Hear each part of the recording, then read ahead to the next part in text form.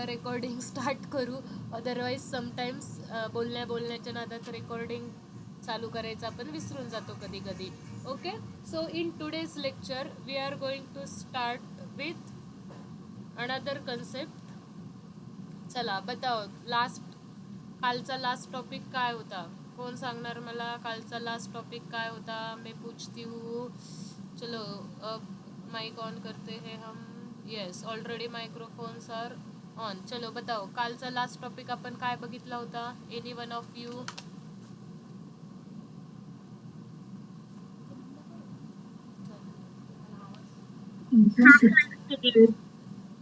अनुष्का, हा सांगा, परत सांगा एकदा.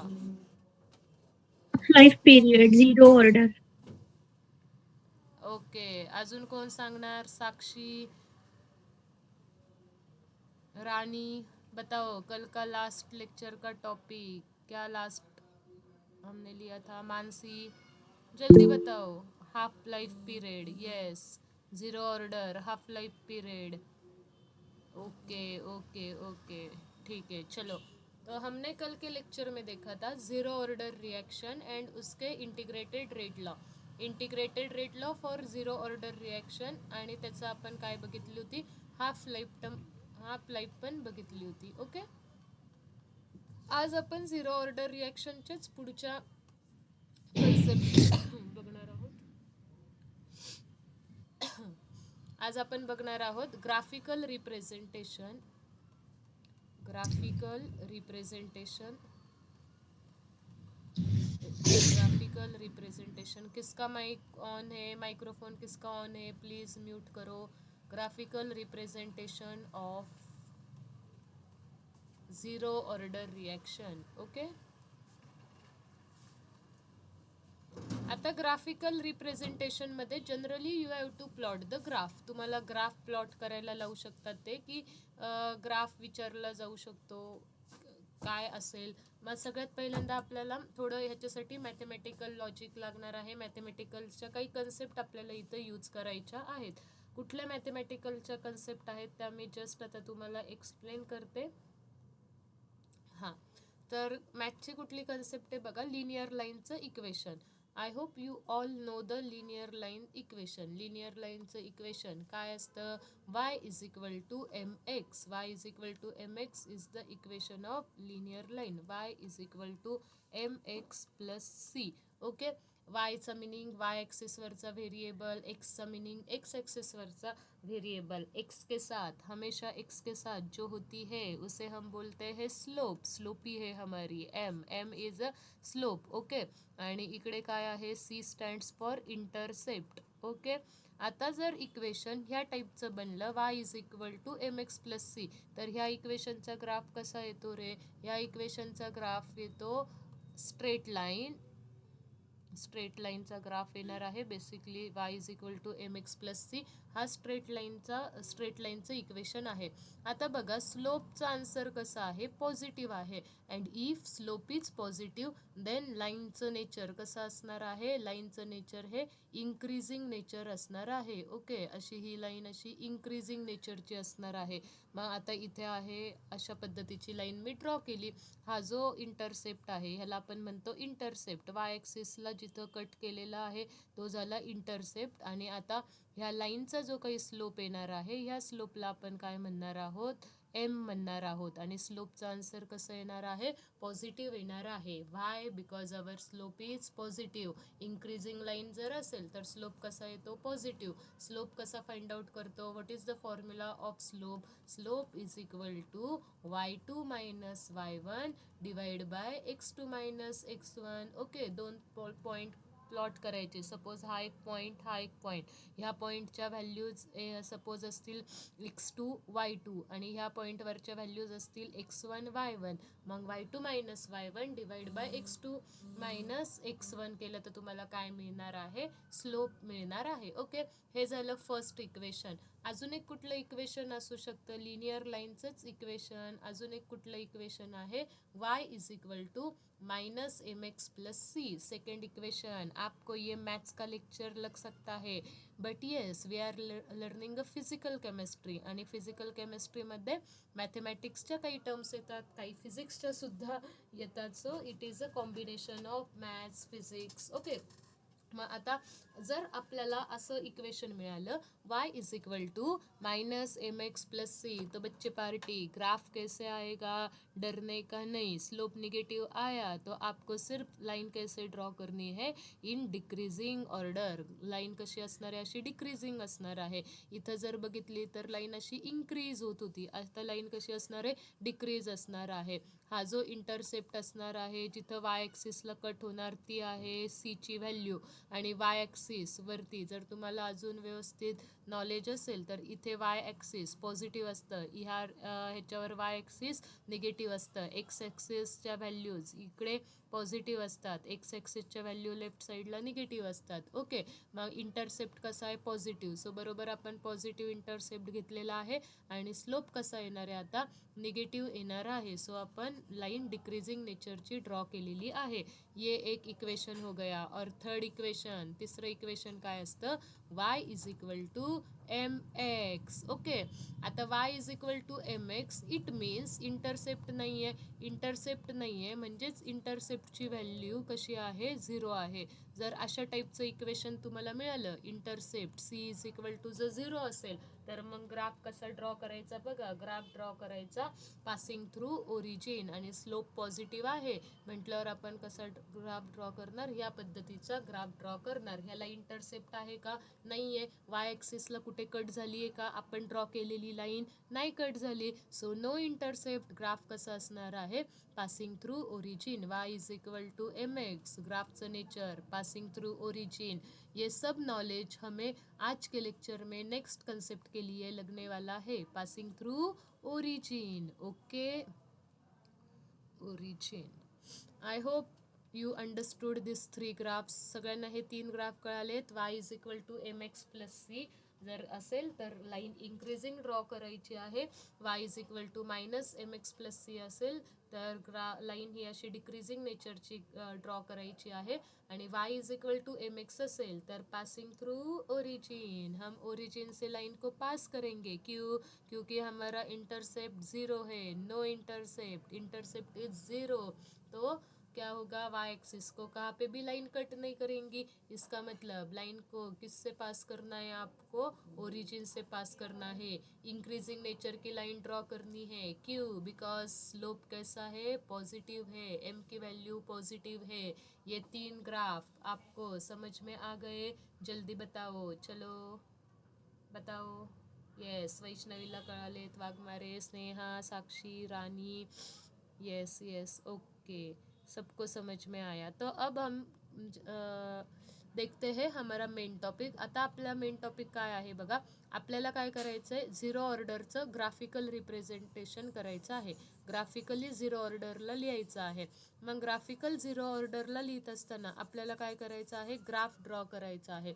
कुठला ग्राफ ड्रॉ करायचा आहे, तर सगळ्यात पहिल्यांदा आपल्याला ग्राफ ड्रॉ करायचा आहे AT वर्सेस टाईमचा. AT वर्सेस टाईमचा हा ग्राफ ड्रॉ करायचा आहे. आता AT वर्सेस टी हा ग्राफ ड्रॉ करायचा आहे. आता AT टी ह्या सगळ्या टर्म्स कुठल्या इक्वेशनमध्ये आल्या होत्या, रेट कॉन्स्टंटच्या. 0 ऑर्डरसाठी रेट कॉन्स्टंटचं इक्वेशन काय आहे, 0 ऑर्डरसाठी रेट कॉन्स्टंटचं इक्वेशन आहे K is equal to A0 minus AT divide by T. Okay, I hope you all remember this. आपण कालच्या लेक्चरमध्येच हे इक्वेशन डिराईव्ह केलं होतं. 0 ऑर्डरचं इक्वेशन कशासाठी, केसाठी, integrated rate law. Okay, K is equal to A0 upon A0 minus AT upon T. आता बघा, वाय ॲक्सिसवर आहे आपल्याला AT, म्हणजे आपल्याला वाय ॲक्सिसवर कोण पाहिजे, AT पाहिजे. आणि एक्स ॲक्सिसवर कोण आहे, तर एक्स ॲक्सिसवर आहे टाईम. सो आपल्याला टाईम कुठे पाहिजे, एक्स ॲक्सिसवर पाहिजे. मग इक्वेशनला त्या पद्धतीने रिअरेंज करा, कारण आपलं लिनियर लाईनचे इक्वेशन्स कुठल्या फॉर्ममध्ये असतात, वाय इज इक्वल टूच्या फॉर्ममध्ये असतात. मग आपल्याला वाय ॲक्सिसवरचं वाय ॲक्सिसवर काय आहे 80, मग 80च्या फॉर्ममध्ये ह्या इक्वेशनला तयार करायचं आहे. हे खूप खूप सिम्पल आहे. आता आपल्याला 80च्या फॉर्ममध्ये इक्वेशन तयार करायचं आहे, म्हणजेच आपल्याला 80 इज इक्वल टू असं काहीतरी आलं पाहिजे, कारण हे ग्राफ जर तुम्ही नीट ऑब्झर्व केले तर तुम्हाला काय लक्षात येतं, आपण लिनियर लाईनचं इक्वेशन वाय इज इक्वल टूच्या टर्म्समध्ये बनवत असतो. मग आता आपला वाय कोण आहे, व्हर्सेसच्या आधीची टर्म ही वाय ॲक्सिसवर असते, वाय आहे आपला 80. मग 80च्या फॉर्ममध्ये इक्वेशन बनवायचं आहे. सगळ्यात सुरुवातीला ह्या टीला तिकडं द्या पाठवून, कारण आपल्याला फोकस आहे 80वर. हा टी नकोय, ह्या टीला जर तिकडं पाठवलं तर इक्वेशन काय तयार होईल, K T is equal to A0 minus 80. Okay, अब मुझे चाहिए सिर्फ 80, बट मला इथे निगेटिव्ह दिसतोय. 80 कसा आहे, पॉझिटिव्ह, वाय ॲक्सिस पॉझिटिव्ह आहे नेहमी. बघा, Y is equal to Y is equal to असे इक्वेशन्स आपण तयार केलेत. मग मी ह्या -80ला पलीकडे घेऊन गेले तर काय होईल, +80. मग K T plus 80 is equal to A0. Okay, मग आता वाय ॲक्सिसवरची टर्म मला इकडे मिळाली. वाय ॲक्सिसवर मला काय पाहिजे, 80. पण आता इथे जर तुम्ही कम्पेअर केलं तर वाय ॲक्सिसला ॲडिशनल कुठली टर्म होती का, तिन्ही इक्वेशन्समध्ये नव्हती, फक्त वाय ॲक्सिस होती. मग मला फक्त आता 80च्या फॉर्ममध्ये इक्वेशन पाहिजे. मग 80 इज इक्वल टू, मी ह्या के टीला इकडे पाठवून दिलं तर काय होईल, -KT प्लस A0. हे इक्वेशन मला मिळालं. ओके, आता मी नेक्स्ट पेजवर जातीये. काय इक्वेशन मिळालं बघा. हे पॉइंटर का बरं चेंज करतात मला कळत नाही. ओके हां, लेट्स सी 2.2 वर किती दिसते. काय इक्वेशन मिळालं मला आता, yes, 80 is equal to -KT plus A0. ठीक आहे, now compare with our equation. आपल्याला वाय ॲक्सिसवर काय पाहिजे होतं, वाय ॲक्सिसवर पाहिजे होतं आपल्याला 80 आणि एक्स ॲक्सिसवर पाहिजे होतं आपल्याला टी. आपल्याला तसंच मिळालं आहे का, येस मिळालं. ही झाली आपली Y axis, Y is equal to ही झाली आपली एक्स ॲक्सिस. एक्सच्या सोबत एक्सची आवडती व्यक्ती, एक्स की गर्लफ्रेंड बोली तो स्लोप क्या है, ये के वाली टर्म क्या होने वाली है, स्लोप की वैल्यू कैसी है, नेगेटिव है, तो यहाँ पे हम क्या लिखेंगे, -m लिखेंगे, प्लस एडिशनल टर्म मिल गई हमें.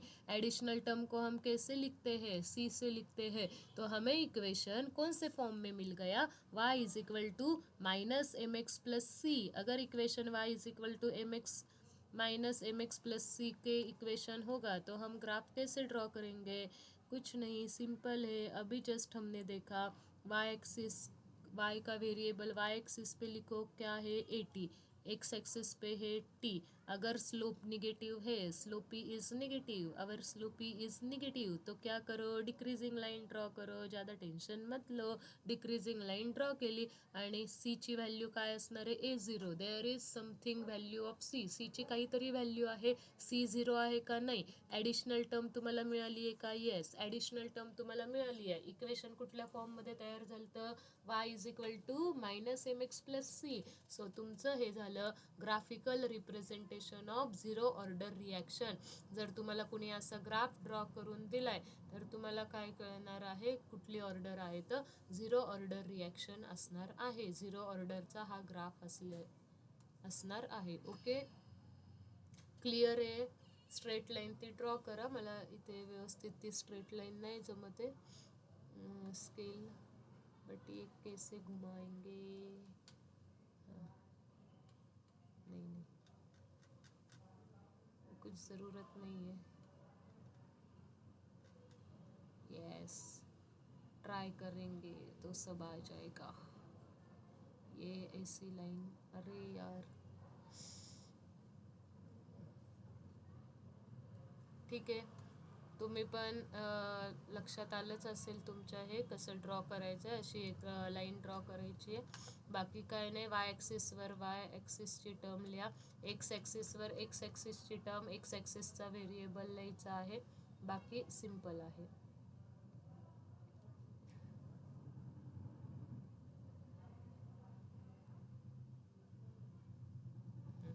ठीक आहे. कळालंय सगळ्यांना? Understood this concept? बताओ, जल्दी बताओ. Let me know you understood this. Yes yes, okay okay.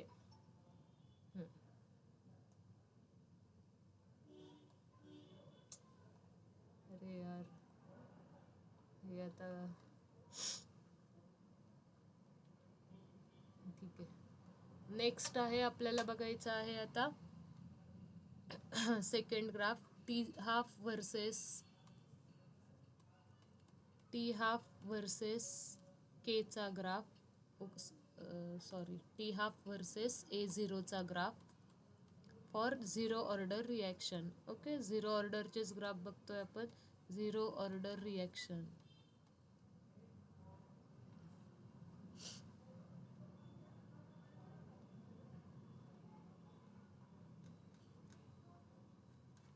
I don't know ही स्केल कुठून जाणार आहे आता. एवढं तर कॉन्फिडन्समध्ये ही स्केल इथं आणली, बट आता कशी जाईल दॅट आई डोंट नो. चलो वो बाद में सोचेंगे, अभी का टाइम हमारा इम्पॉर्टेंट है और वो पूरे फोकस के साथ मैं फिर से लेक्चर लेती हूँ. मन में है वो कैसी जाएगी, बट देखेंगे, सर को पूछेंगे. देखो, T half is equal to काय फॉर्म्युला होता कालच्या लेक्चरमध्ये आपण बघितलं होतं. T half is equal to A0 upon 2K. Okay, now we have to plot the graph of T half versus A0. मग आपल्याला वाय ॲक्सिसवर काय पाहिजे? टी हाफ आहे का ऑलरेडी? येस आहे. आणि एक्स ॲक्सिसवर आपल्याला काय पाहिजे? एक्स ॲक्सिसवर पाहिजे आपल्याला A0. आहे काय? आहे. A0च्या पुढची जी पण टर्म आहे दॅट इज अवर स्लोप. मग मी कसं लिहू शकते? T half is equal to 1/2K into A0. Okay, ये हो गई हमारी वाय ॲक्सिस. ठीक आहे, ही झाली वाय ॲक्सिस, ही झाली एक्स ॲक्सिस. आता ह्याला ॲडिशनल एखादी टर्म दिसते का रे तुम्हाला? नाही दिसत आहे. म्हणजेच ॲडिशनल टर्म काय आहे? 0 आहे. ॲडिशनल टर्म आहे का? नाही आहे. जर ॲडिशनल टर्म नसेल, if C is equal to 0, intercept नहीं है, अगर इंटरसेप्ट नहीं है तो हमारा ग्राफ कैसे होगा? पासिंग थ्रू ओरिजिन होगा. तो क्या करेंगे? ऐसी लाइन ड्रॉ करेंगे. टी हाफ लिखेंगे वाय एक्सिस पे, A0 लिखेंगे एक्स ॲक्सिसवर. मग आता ह्या ग्राफचा जर तुम्ही स्लोप फाइंड आउट केला, काय मिळतंय तुम्हाला? Slope is equivalent to 1/2K. Equation compare करायचं नेहमी. हे इक्वेशन कुठल्या टाईपचं इक्वेशन बनलं? हे इक्वेशन बनलं Y is equal to MX टाईपचं. MX प्लस C कसा आहे? 0 आहे. म्हणजे Y is equal to MX टाइपचं इक्वेशन. एक्स के साथ कौन रहती है हमेशा? एक्स की गर्लफ्रेंड स्लोपी. स्लोपी की वैल्यू क्या है? स्लोपी की वैल्यू है 1/2K. तो 2K है.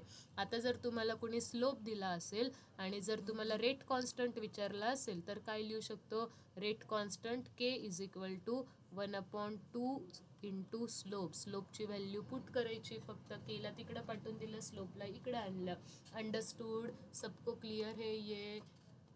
ओके. जर आता JEEला क्वेश्चन आला ग्राफवरचा, घाबरायचं नाही. ग्राफवरचे क्वेश्चन म्हटले की आपल्याला असं भीती वाटते, काय त्यात घाबरायचं? त्यांनी ते स्लोप वगैरे दिलेला असेल आणि रेट कॉन्स्टंट विचारलेला असेल. आपल्याला फक्त हे रिलेशन माहीत पाहिजे की स्लोपचं काय रिलेशन आहे. K is equal to 1/2 slope. Okay, understood? किंवा slope is equal to 1/2K. चलो देखते हैं. यस, सबको क्लियर है? 31 students are attending lectures. Very good, nice count. Yes, okay. चलो, अब हम नेक्स्ट देख रहे. आता आपल्याला पुढचं बघायचं आहे. पुढचा पॉईंट आहे जो की very very important and that is examples of zero order reaction.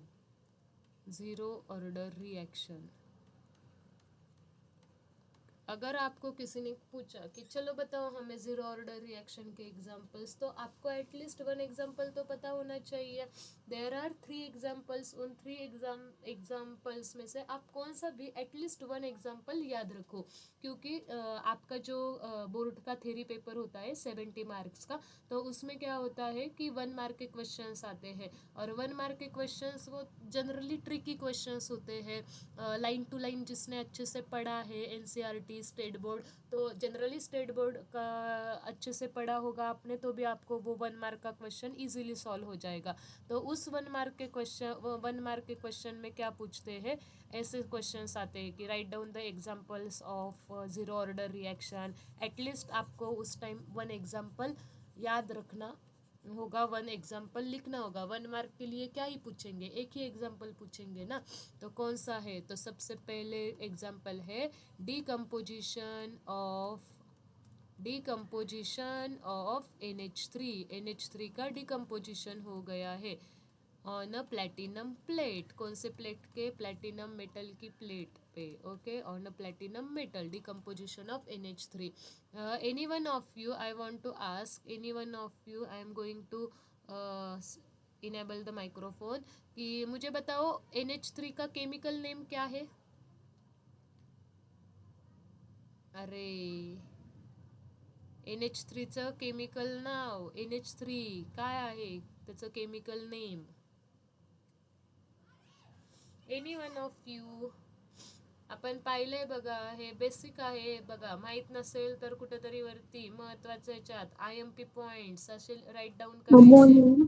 Yes, correct, very good. NH3चं केमिकल नेम काय आहे बच्चे पार्टी, याद रखना है. NH3 का केमिकल नेम है अमोनिया. Okay, ammonia. तो हमें क्या करना है, डिकम्पोजिशन ऑफ अमोनिया रिएक्शन लिखनी है. अमोनिया का डिकम्पोजिशन, अमोनिया का डिकम्पोजिशन हो रहा है. What is mean by decomposition reaction. Decomposition reaction क्या होती है, एक सिंगल रिएक्टेंट क्या होता है, ब्रेक डाउन होता है. एक सिंगल रिएक्टेंट से अलग अलग प्रोडक्ट्स मिलते हैं. तो हम क्या लिखेंगे, NH3, क्योंकि डिकम्पोजिशन किसका हो रहा है, डिकम्पोजिशन हो रहा है NH3 का. तो NH3 क्या होगा, ब्रेक डाउन होगा. NH3 का ब्रेक डाउन किस में होगा, N2 एंड H2 में. सिंपली आपको ये रिएक्शन लिखनी है. अगर आपने ये अच्छे से पढ़ा, अच्छे से ध्यान में रखा कि decomposition of NH3 is the Ziro order reaction, decomposition of NH3 is Ziro order reaction, ऐसे 2-3 बार बोला, तो आपको ये रिएक्शन लिखने में कुछ भी प्रॉब्लम नहीं आएगा. NH3 कौन से स्टेट में प्रेजेंट होता है, गैस है, गैसियस स्टेट.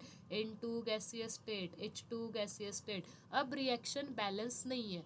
रिएक्शन बैलेंस वो हमें रट्टा मार के याद भी नहीं रखने हैं. हमें ये कंसेप्ट सीखनी है कि रिएक्शन बैलेंस कैसे करते हैं. अब अच्छे से देखो, नाइट्रोजन यहाँ पे एक ही दिख रहा है. नाइट्रोजन के यहाँ पे 2 एटम्स है, तो यहाँ पे प्रोडक्ट साइड में 2 नाइट्रोजन्स है, रिएक्टेंट साइड में एक ही है. तो बैलेंस करने के लिए मैंने यहाँ से 2 से मल्टीप्लाई किया. यहाँ पे 2 से मल्टीप्लाई करने से हाइड्रोजन्स की क्वांटिटी कितनी हो गई, हाइड्रोजन के आइटम्स कितने हो गए, 3 × 2 6 हो गए. यहाँ पे हाइड्रोजन्स के कितने एटम्स है, एक मॉलिक्यूल मतलब 2 एटम्स. तो 2 एटम्स बैलेंस करने के लिए यहाँ पे मैं कितने से मल्टीप्लाई करूँगी, कौन से फैक्टर से मल्टीप्लाई करूँगी, 3 से. अंडरस्टूड, याद रहेगा ये एग्जाम्पल सबको. बताओ जल्दी, decomposition of NH3, N2 + 3H2, N2 + 3H2 में डिकम्पोज हो गया कौन, NH3. ओके, नेक्स्ट एग्जाम्पल है डिकम्पोजिशन ऑफ नाइट्रस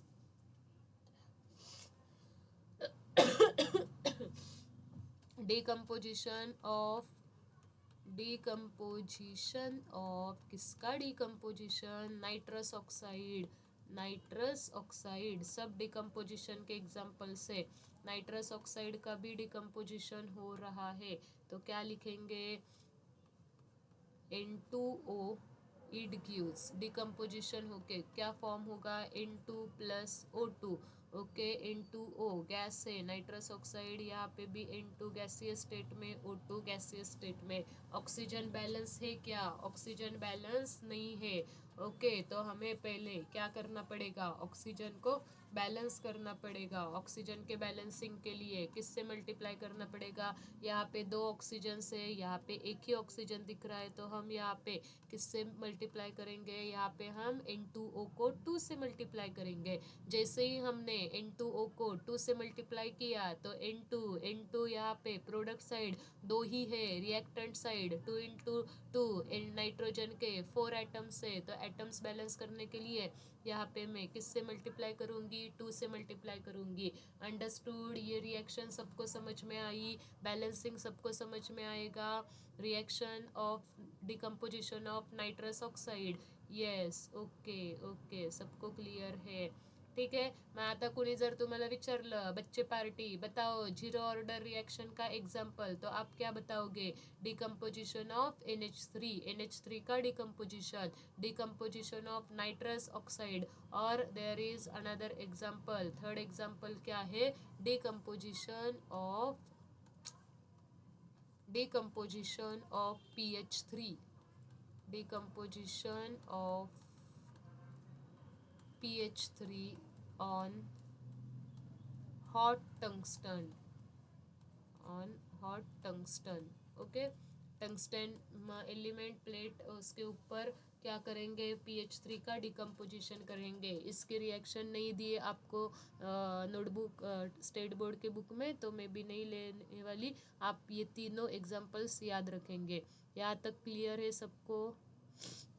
चलो बताओ 3 एग्जाम्पल्स. कौन से 3 examples? Decomposition of NH3, decomposition of nitrous oxide and decomposition of PH3. चलो कौन सा क्वेश्चन आ सकता है यहाँ से? MCQ में वो पूछ सकते हैं which of the following is not a example of Ziro order reactions. 4 options होते हैं MCQ के क्वेश्चन में, तो आपको ये तीनों ऑप्शंस देंगे, और 4th ऑप्शन ऐसा होगा कि वो किसी और एग्जाम्पल में होगा, नहीं तो वो फर्स्ट ऑर्डर के एग्जाम्पल्स देंगे. तो आपको वो समझ में आना चाहिए कि ये तीनों जीरो ऑर्डर रिएक्शन के एग्जाम्पल्स है, और जो भी उन्होंने फर्स्ट ऑर्डर रिएक्शन का एग्जाम्पल दिया होगा वो क्या होने वाला है? मतलब नॉट जीरो ऑर्डर रिएक्शन का वो ऑप्शन होने वाला है. अब हम नेक्स्ट स्टार्ट करते हैं, जो कि वेरी इंपॉर्टेंट टॉपिक है आज के लेक्चर का, that is integrated rate law for first order reaction. Integrated rate law for first order reaction.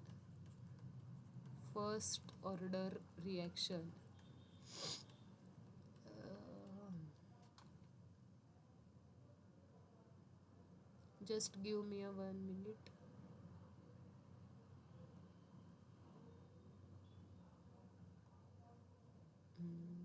अच्छे से हो गया. Yes, integrated rate law for the first order reaction.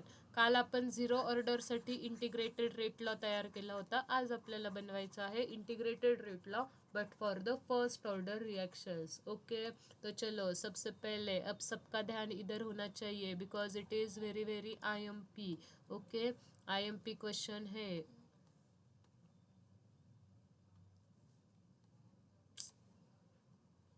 Very very IMP.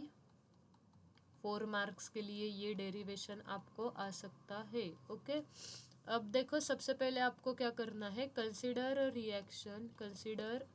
A first order reaction. Okay, because हम derivation first order के लिए लिख रहे हैं, डिराइव कर रहे हैं. Consider a first order reaction.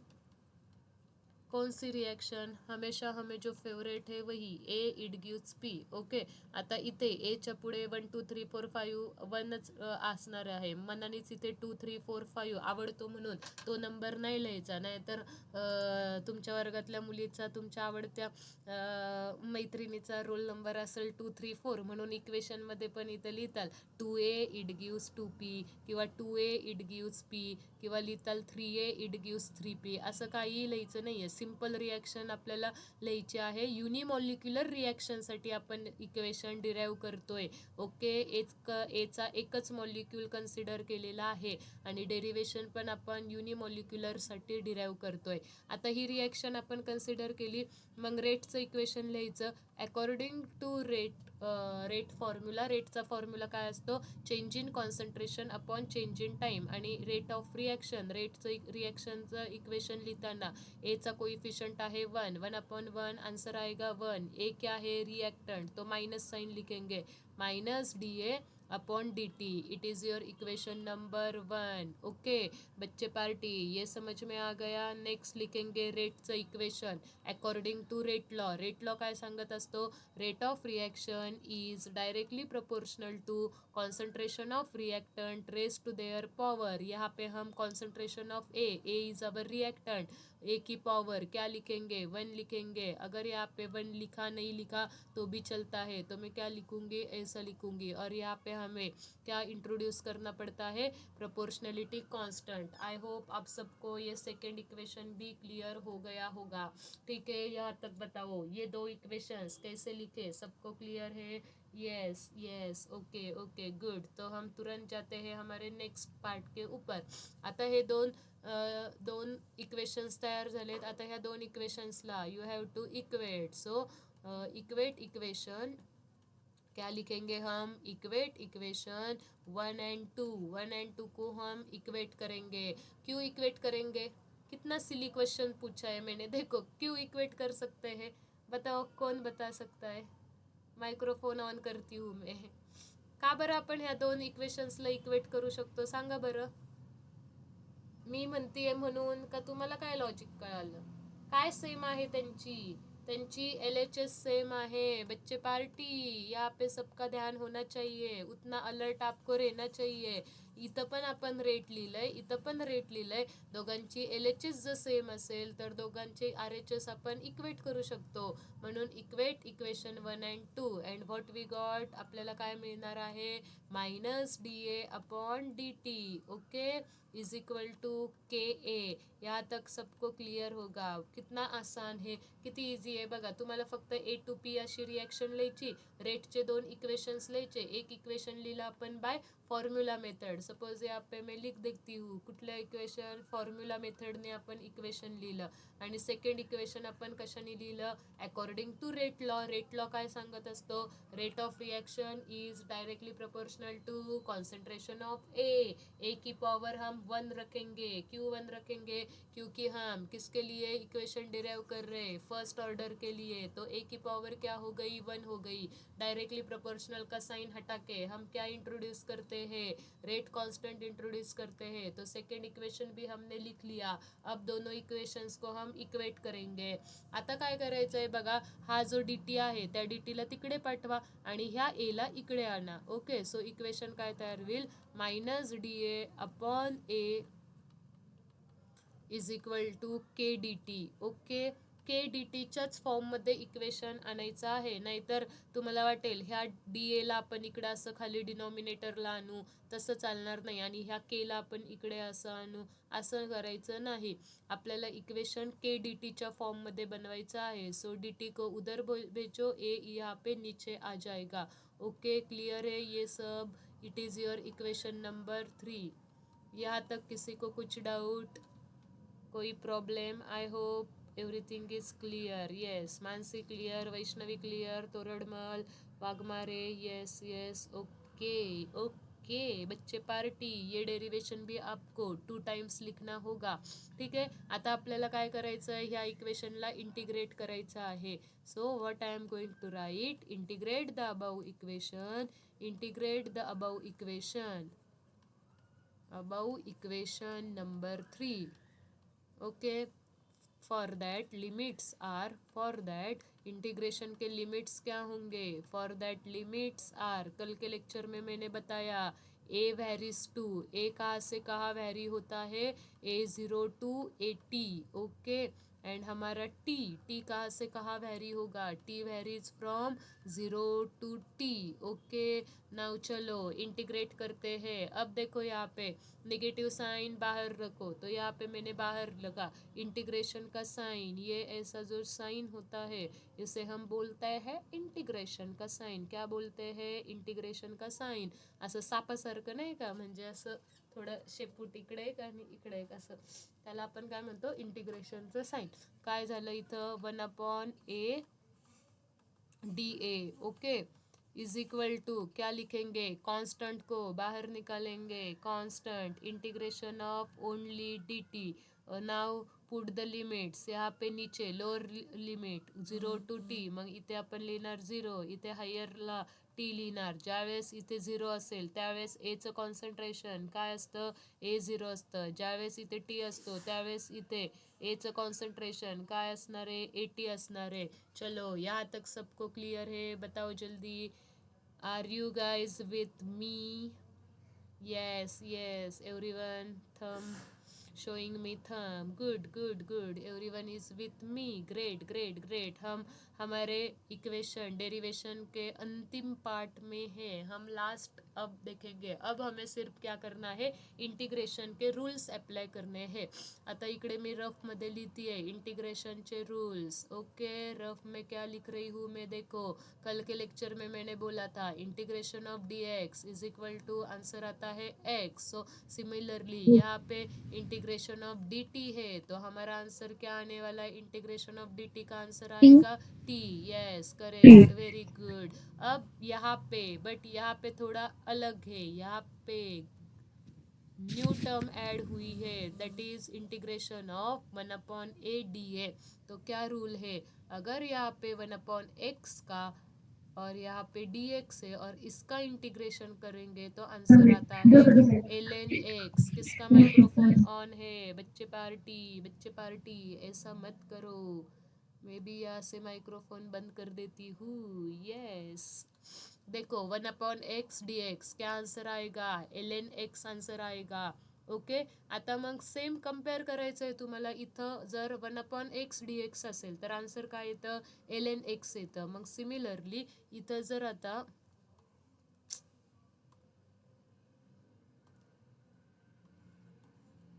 इथे जर 1/a स्क्वेअर ब्रॅकेटमध्ये आपण एला लिहित असतो because it is a concentration.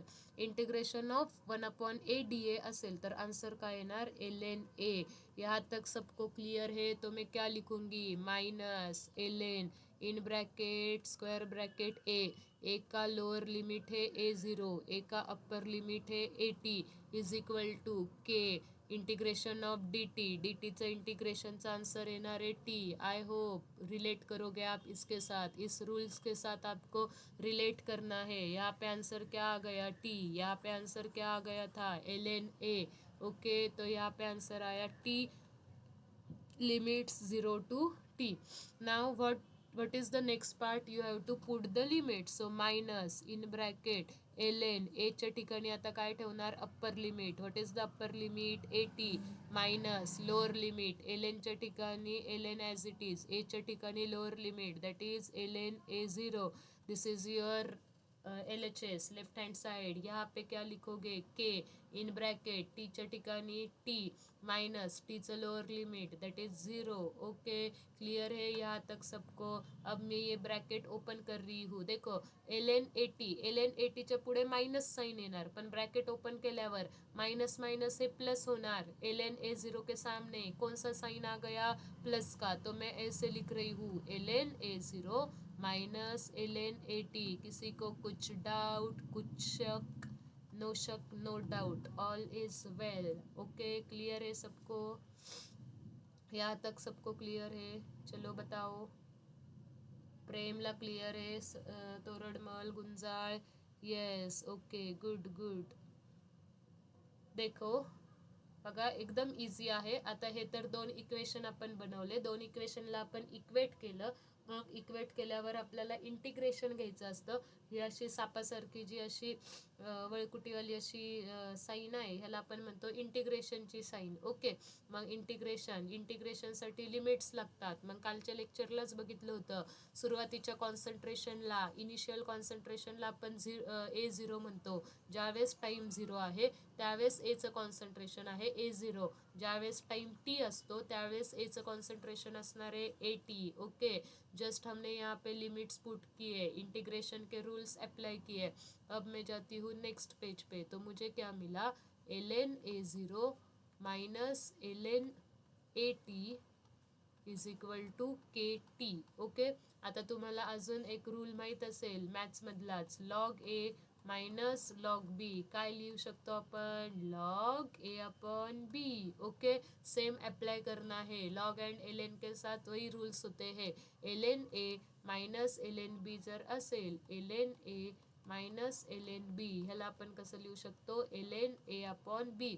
मग इथे सपोज A0ला आपण ए ॲझ्युम केलं, A-Tला आपण बी ॲझ्युम केलं. L N A minus L N B, हम क्या लिख सकते हैं? L N A0 upon A-T. Okay, clear है सबको? इधर क्या लिखेंगे? KT. ठीक आहे. आता आपल्याला केच्या टर्ममध्ये इक्वेशन बनवायचं आहे. हा टी नको आहे, ह्या टीला इकडे पाठवून द्या. मग काय होईल? K is equal to L N A0 upon A-T. ठीक आहे, आणि इथे 1 अपॉन टी. आता एल एनचं कन्व्हर्जन लॉगमध्ये करा. एल एनचं कन्व्हर्जन लॉगमध्ये कसं करतो? By putting 2.303 log. ओके, मग काय लिहिलं? 2.303 log of A0 upon A-T, आणि इथे डिनॉमिनेटरला काय आहे? टी आहे. ओके, क्लियर है सबको? यहाँ पे डिनोमिनेटर में क्या लिखना है? टी लिखना है. क्यों ऐसा? Because what is the value? L एनला लॉगमध्ये कसं कन्वर्ट करतो? 2.303 लॉग लिहून. Okay, got it, understood. आता आपलं फायनल डेरिवेशन डिराईव्ह झालेलं आहे. काल आपल्याला झिरो ऑर्डरसाठी केचा फॉर्म्युला आपण तयार केला होता. आज आपण फर्स्ट ऑर्डरसाठी केचा फॉर्म्युला तयार केलेला आहे. ओके, ऑर्डर बदलली, केचे फॉर्म्युले बदलणार. क्लियर सबको? झिरो ऑर्डरसाठीचा फॉर्म्युला वेगळा होता, फर्स्ट ऑर्डरसाठी फॉर्म्युला वेगळा आलेला आहे. I hope you guys are with me. Yes yes, साक्षीला कळालंय.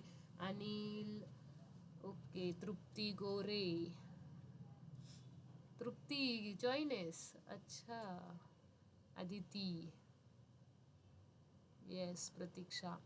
ओके, चलो एक बार फिर से रिपीट करना है. क्या करना है डेरिवेशन में? क्या क्या करना है? सबसे पहिले आपली सगळ्यात आवडती reaction, A it gives P. किती सिम्पल छान रिॲक्शन आहे. कशाला चेंज करायची? अजिबात छेडछाड करायची नाही रिॲक्शन सोबत. मॅडमने जी घेतली आहे तीच रिॲक्शन आपण पण पेपरला लिहायची. कारण बाळांनो, डेरिवेशन हे युनिमॉलिक्युलरसाठी आहे. एका मॉलिक्युलसाठी कन्सिडर करून, एक मॉलिक्यूल कन्सिडर करून आपण काय करतोय? डेरिवेशन डिराईव्ह करतोय. ओके, मग rate is equal to minus D A upon D T. Rate is equal to K into A. एक रेट लिहिला फॉर्म्युला मेथडनी, एक रेट लिहिला रेट लॉनी. दोन्ही रेटला इक्वेट करा. इक्वेट करने के बाद क्या करेंगे? डी टी की टर्म को के साइड में भेज देंगे. ओके, तो क्या हो गया? के डी टी. आणि मग त्याला काय करणार? इंटिग्रेशन. फक्त तुम्हाला इंटिग्रेशनचे रूल्स अप्लाय करायचे आहेत. Integration of 1 upon A D एचं आन्सर काय येत असतं? एल एन ए येत असतं. अप्पर लिमिटवरती लिहायचं A-T, लोअर लिमिट A0 खालीच लिहिणार. मग काय करणार? Upper limit minus lower limit, बाहेरचं minus sign as it is. L N A-T minus L N A0 is equal to क्या आएगा बच्चे? पार्टी आएगा. L N is equal to K T आएगा.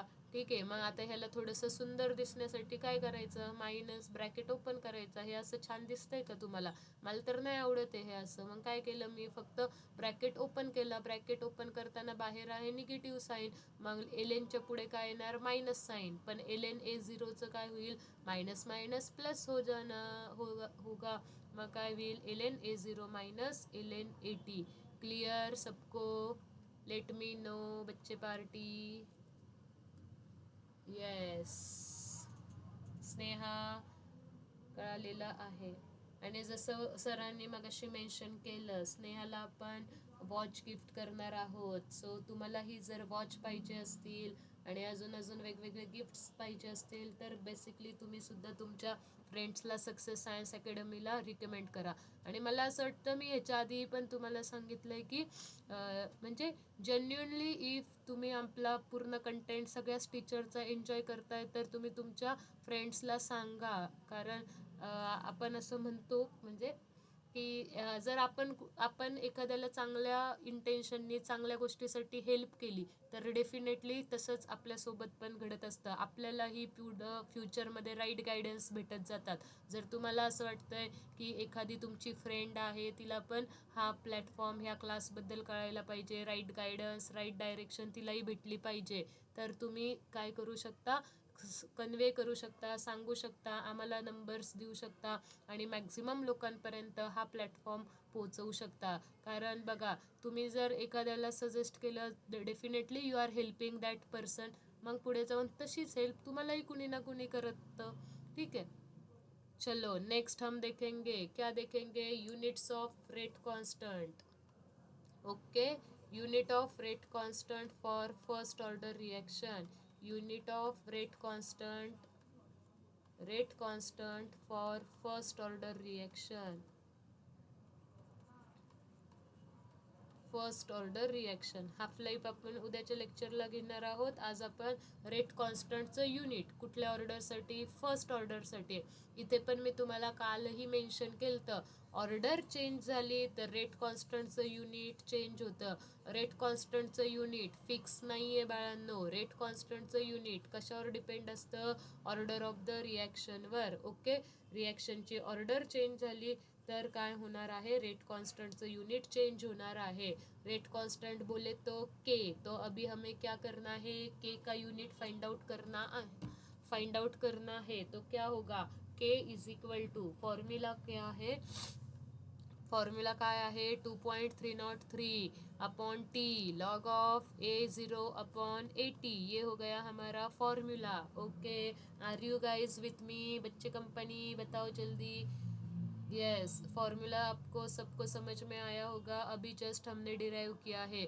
कधी पण तुम्हाला जर युनिट फाइंड आउट करायचं असेल, आता जर आपण कधी कधी एक्झाम हॉलमध्ये गेल्यावर एवढ्या 3 तासामध्ये एवढ्या सगळ्या गोष्टी आपण लक्षात ठेवलेल्या असतात आणि आपण एखादी छोटी गोष्ट विसरू शकतो, एखाद्या क्वांटिटीचं, एखाद्या प्रॉपर्टीचं युनिट आपण विसरू शकतो. बट उस टाइम हमें कौन हेल्प करता है, भागते दौड़ते कौन आता है, फॉर्मूला आता है. फॉर्मूला बोलता है अरे मेरा यूज करो, मैं आपको यूनिट बताता हूँ. फॉर्मूला क्या बोलता है, मेरा यूज करो, मैं आपको यूनिट बता दूंगा. तो उस टाइम हम यूनिट फाइंड आउट करने के लिए क्या कर सकते हैं, फॉर्मूला की हेल्प ले सकते हैं.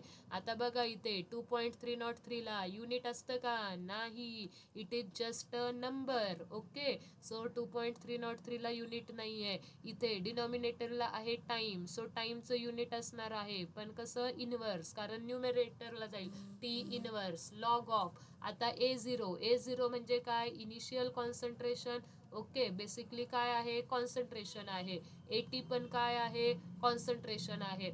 मग कॉन्सन्ट्रेशन अपॉन कॉन्सन्ट्रेशन, यूनिट क्या हो जाएंगे, कैंसिल हो जाएंगे. और अगर यहाँ पे लॉग्स का सिर्फ एक नंबर बच जाएगा, यूनिट दोनों के कैंसिल हो जाएंगे, तो no unit from this term. ह्या टर्ममधून आपल्याला काही युनिट मिळतंय का, तर नाही. So what is the unit of rate constant for the first order reaction.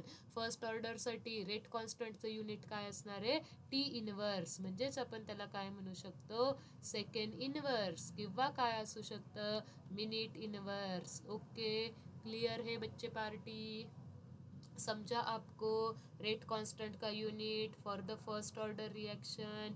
Yes, very very very nice, very good. Okay, so I hope you enjoy today's lesson end हमने derivation अच्छे से learn KIA होगा, अच्छे से understand KIA होगा. बघा आता क्लासमध्ये ज्यावेळेस तुम्ही असता किंवा ज्यावेळेस तुम्ही क्लास अटेंड करता, तुम्ही नोट्स मेकिंग करत असतात, लक्षसुद्धा देत असतात, but everything depends on your revision. Revision is your success. Revision is going to make you successful in your studies. So keep revising. तुम्हाला संडेच्या एक्झामला ब्लँक कधीच बसायचं नसतं. मी नेहमी सांगत आली आहे, तुम्हाला रिव्हिजन करायची आहे. आता जर तुम्ही इव्हिनिंग बॅचेस जॉईन आहात, इव्हिनिंगला लेक्चर करताय, बिफोर स्लीप, झोपण्याच्या आधी तुम्हाला हे सगळे 2-3 पानं एकदा बघायचेत, रिवाइज करायचेत आणि मग झोपायचं आहे. ओके, क्लियर है. तो क्या है आज का होमवर्क, आज का होमवर्क है आपके लिए, खास आपके लिए मैं होमवर्क बता रही हूँ. आज का होमवर्क है, you have to write down 2 times derivation of first order reaction, derivation of first order reaction. Okay ठीक है। देखो बच्चे पार्टी, मैं आपको यहाँ पे क्या बता रही हूँ, तुम्हाला काय करायचं आहे तर असा एक चार्ट बनवायचा आहे. ओके यस, क्या बता रही हूँ मैं, ये थोड़ा सा अलग है, म्हणजे हे मी माझ्या स्टडीसाठी किंवा माझ्या स्वतःसाठी मी हे यूज करत असते. या पे आपको लिखना है. आता सपोज तुम्ही होमवर्कसाठी हे बनवताय म्हणून मग होमवर्क आणि इथे लिहा फिजिक्स, केमिस्ट्री, मॅथ्स. ओके आणि इकडे काय असणार आहेत, इकडच्या कॉलम्समध्ये डेट असणार आहे. सपोज आज आहे, चांगली तारीख आहे 11. Yes, I hope you all know what day is today. Valentine week चल रहा है. I think you all are known of today's day. Today is, I think, promise day. Make yourself a promise to become your best version. Okay, खुद को promise करो आप अपना best version बनोगे. Best version बनने के लिए आपको कंसिस्टेंट रहना पडेगा. आपकी हॅबिट्स चेंज करनी पडेगी. म्हणजे ह्याला त्याला प्रॉमिस देण्यापेक्षा सगळ्यात महत्त्वाचं स्वतःला प्रॉमिस द्या. जो माणूस स्वतःसोबतचे प्रॉमिस फॉलो करतो ना, तो सगळ्यांसोबतचे प्रॉमिस फॉलो करू शकतो. जर तुम्ही स्वतःला प्रॉमिस दिलंय, नाही मला उद्या सकाळी उठायचंय, उठा. त्यांनी तुमचं काय होणार आहे, कॉन्फिडन्स वाढणार आहे. So make your self best version of your self. Okay, त्याच्यामुळे आजचा प्रॉमिस डे आहे. ह्याला त्याला भविष्याबद्दलची प्रॉमिस देण्यापेक्षा स्वतःला छान प्रॉमिस द्या की yes I will make my future bright. Okay, आता इथे काय लिहायचं आहे मग तुम्हाला, 11th, 12th, 13th, 14th, 15th, 16th, 17th, 18th. Suppose हे आहे फेब का. Okay, month Feb. तो यहाँ पे आप लिखोगे फिजिक्स, केमिस्ट्री, मैथ्स, होमवर्क. उसके बाद फिजिक्स MCQ.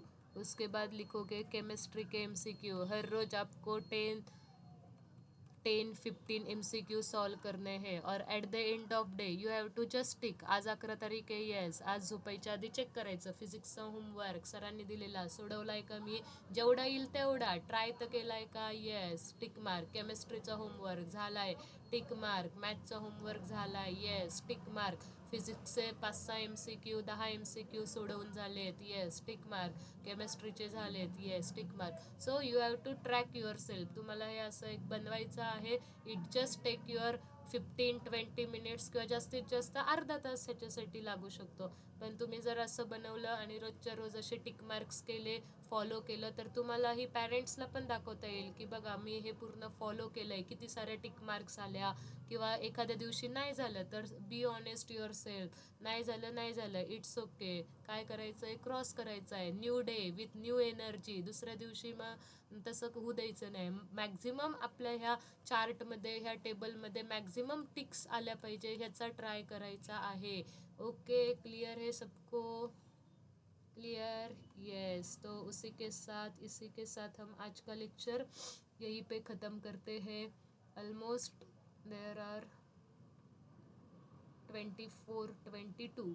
अक्षय आहे, स्नेहा आहे, शेळके, मानसी, मसिरा आहे, प्रतीक्षा आहे, प्रेम आहे, रोहिणी, खोसे, वाघमारे, साक्षी दिंडे, मुठे आहेत, तन्वी आहे, तन्वी तोरडमल आहे, तनिष्का आहे, Tanuja, Trupti, Vaishali, Vaishnavi Pehare, Varsha Ghule. Yes, I think Varsha 2-3 दिवस तू दिसली नव्हतीस.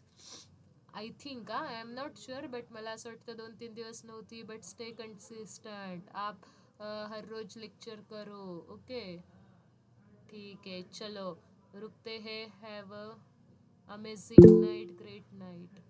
मॅम नोट्स, येस कालच्या नोट्स तुम्हाला नाही मिळाल्या, आजच्या पण नोट्स तुम्हाला मी पाठवून देते. आणि तन्वी तुला आधीच्या पण नोट्स पाहिजे तर त्याच्यासाठी मला सर्च करावं लागेल. मी बघते आणि तुला पाठवून देते. येस ओके, चलो नेक्स्ट लेक्चर है आपका मैथ्स का. And have a good luck. Bye bye.